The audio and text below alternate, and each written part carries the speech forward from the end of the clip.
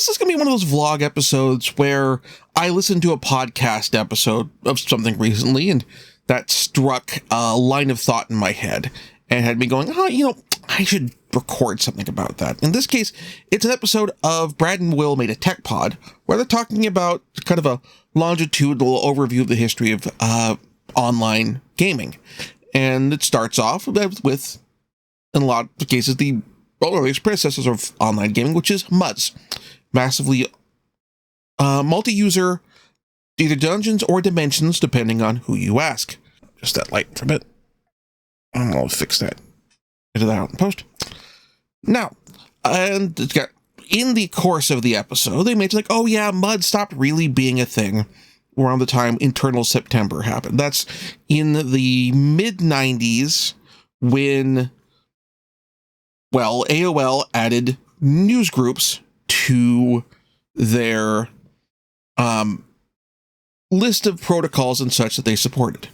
At the time we would call it Internal September, is you'd have every year in September a new wave of college freshmen would pop up onto the internet through their college's networks, and they would be entering into exploring news groups for their various hobbies and that sort of thing.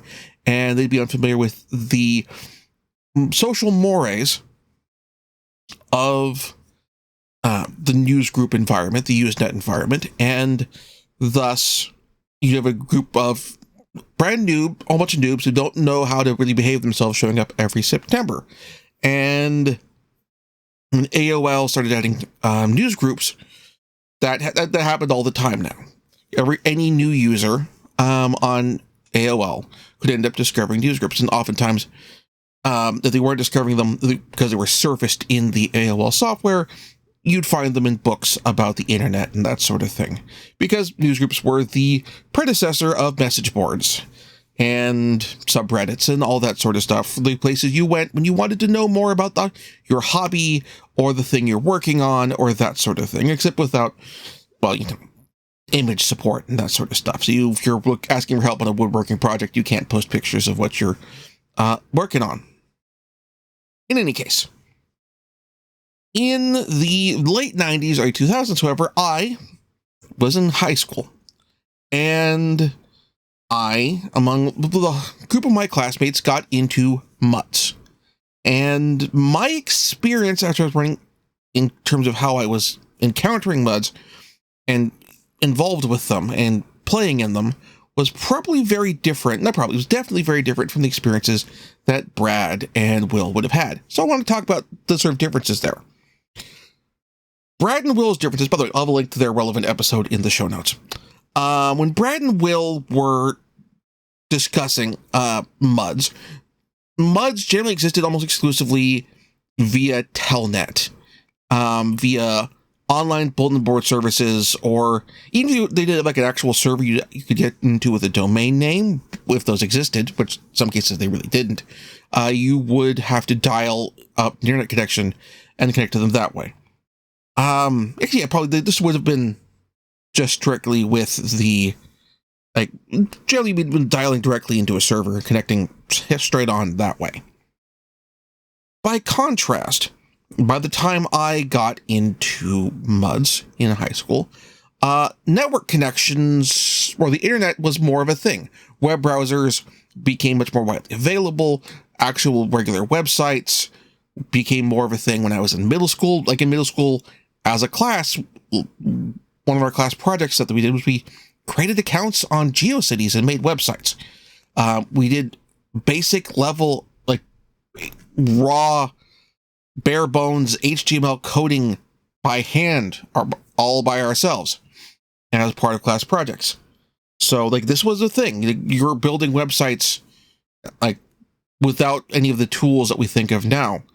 Not even any of the tools that would come when I was in high school in terms of providing a graphical environment to build your website in. Those resources just didn't exist. So, but however, what we consider the web in terms of websites, www.yahoo.com was a thing. You would go there, you could search for sites, that they had indexed, and also they had a directory of sites that you could navigate through to find something based on particular interest if you're just looking for anime websites and that sort of thing. And under those circumstances, being in a directory of some site like Yahoo or Alta Vista or what have you was an important deal. It meant something in terms of the visibility of your site and your ability to get traffic. So how does this relate to MUDs? Well, now Telnet is still a thing, but now you are, rather than necessarily needing to dial in directly to the BBS that is hosting the MUD, you would dial into the provided number from your ISP, connect that, do the handshake and connect that way, and then go to a MUD that was hosted on a web domain. And this led to a rise of more boutique clients for doing MUDs. The one that we all used in high school was one called ZMUD, which is actually still around, and I'll drop a link again in the show notes to that. And ZMUD was interesting because ZMUD was designed to make the MUD experience more user-friendly. MUDs are strictly text-based, generally, when you're playing it. It's much like playing a text adventure in Zork or other games, where you navigate the environment by go north, go south, go east, go west, pick, get, stick, hit monster, that sort of thing. Imagine playing Final Fantasy XIV that way, where you don't necessarily have the graphical environment. You also don't necessarily have cutscenes, but you are traveling through the world in this situation, talking to characters, and all that sort of stuff, where the everything exists in your imagination, but the verbs and nouns are there.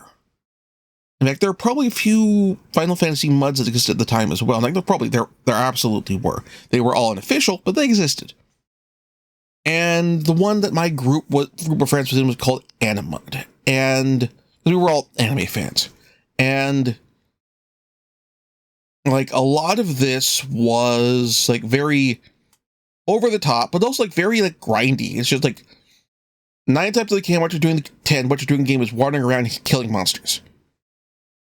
There wasn't necessarily a quest structure or narrative structure like what you'd have for, what we think of for EverQuest or not even for stuff like World of Warcraft or Final Fantasy XIV or modern MMOs we think of them now. Like, by comparison, EverQuest and Ultima Online were considerably more user-friendly in terms of how they surfaced information regarding what your character was, the environment you were in, and that sort of stuff. And just having graphics itself made these worlds easier to navigate. Here, you're just going to check my text descriptions, and hopefully you're kind of remembering how to get to where you want to go. Not necessarily any real maps available through the process. But what ZMUD did is they initially give you like a scrolling text history to help you figure out where you were and where you were now and where you'd been, but also like it would highlight useful information. Like if you did a critical hit, that will be in red. If your hit points are low, it'll change the color of your character's text prompts and that sort of thing, giving it a sense of what the status of a visual sense of what the status of your character is, rather than just an adjective or a number. Just give you a quick at a glance. I'm in trouble because there's a status effect on me. So my character's information, my color is this. My hit points are half, so my character's color is yellow. That sort of thing. And that was kind of the MUD experience. The other big part of this, because a lot of us at home had dial-up connections, but at school we had a T1. And the ZMUD software was very portable. Like the installer was small, you could put it on a floppy disk and keep it there. And later on, once USB became a thing, you could pop it on a USB stick and either install it on the computer that you're at in the computer lab, or run it off the USB key in the first place. And it was portable, easy to access, easy to do stuff on. And particularly in high school, we were able to get around rules against playing games in the computer lab, because since everything is text and everything is typing, I can say, oh, I'm improving my typing skills. Look at how fast I've gone to type, because since everything is being done in text, being a fast typer gives you an edge over other players. There is no necessarily the same initiative clock sort of thing that you'd have, or like a cooldown timer like what you would have in modern MMOs or graphical MMOs, even at the level of, say, your EverQuest. So being a quick typer, having fast word per minute, give you that edge. So it was a benefit to improve your typing and accuracy while you're playing these MUDs. And thus, in turn, you could kind of put one over the staff of the computer lab, where even if they knew that what you're doing was a game, they couldn't argue that your typing skills had improved and were improving over the course of playing the game. Eventually, though, a lot of us, like particularly once World of Warcraft came out, or even just like when Diablo multiplayer became much more of a thing, and as DSL internet became more widespread, MUDs slowly faded out of vogue for our social circle. I mean, yes, MUDs are free. You don't have to pay a monthly subscription to play a MUD the way you would for EverQuest, WoW, Ultima Online. But on the other hand, they got graphics. They have more user-friendly features that make them more enjoyable to play for extended periods. They have features put in for helping you track who your friends are and that sort of thing to help you, or who's in your guild, to help build those social groups within the game itself. And thus, in turn, also social groups that often were outside of your immediate social group. So that ultimately led to kind of how MUDs faded out of of my social group there. Near as I can tell, like, again, with the spread of DSL, and also as like what your baseline off-the-shelf gateway or Dell computer was doing when you bought it, it also reached a point where like these graphical MMOs started becoming more runnable functional on standard computers. So you ended up with players who are like, I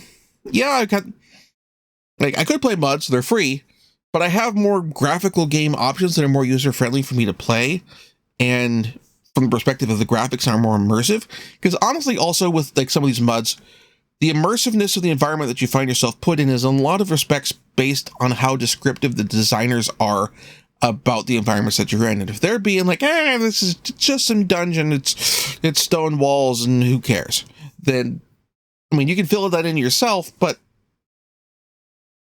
if the people making the game don't, like, their focus of their attention, their design priority attention is elsewhere, why should I? So that, I think, ultimately led to the slow fading of MUDs in the social group of my generation, my geriatric millennial into millennial generation. Yeah, they still exist. ZMUD still exists. It's still updated. Like, I'm looking at the website right now, and the most recent version, like, okay, not super updated. Like, okay, I take that back. Like, all right, so we go. Products. You can still buy it, is the best way to put it. You can buy ZMUD or CMUD, which is the more recent version, for $30 right now. The copyright date on the site is 2009, which is about 6 years after I dropped off of playing MUDs. The site's still like basically running in like a pretty basic like forum software. Like, it's not even using like WordPress for the hosting. I don't know if the purchase works. But, like, I'm not gonna try buying it. But it's like, it looks like it still exists, and it's still theoretically usable. In last updates around 2009. But if you still play mods, and if, for that matter, if you still use Zmud or Cmud, please let me know in the show notes. Or let me know in the comments. I want to know. I'm really, really curious. I hadn't thought about honestly, I haven't thought about Zmud since I graduated from high school, so seeing that brought up in the show note, like, looking at this now thinking about this is a real blast in the past, and good opportunity to get my oral thoughts on this aspect of online gaming history and my relation to it just kind of put that out there. If you're interested in hearing about like our high school LAN party setups that we did on school computers, or other stuff like that, like similar remembrances of my history of online gaming past, also post in the comments. I could probably do a bunch more of these videos, honestly. Let me know.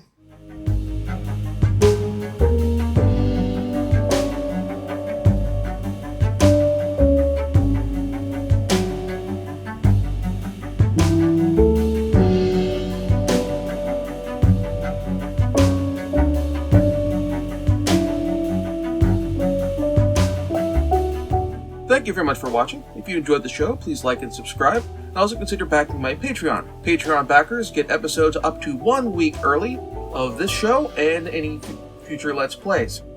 Also, please consider backing my Ko-fi. Toss me a few bucks also helps support the show, and it's not a monthly obligation or anything like that.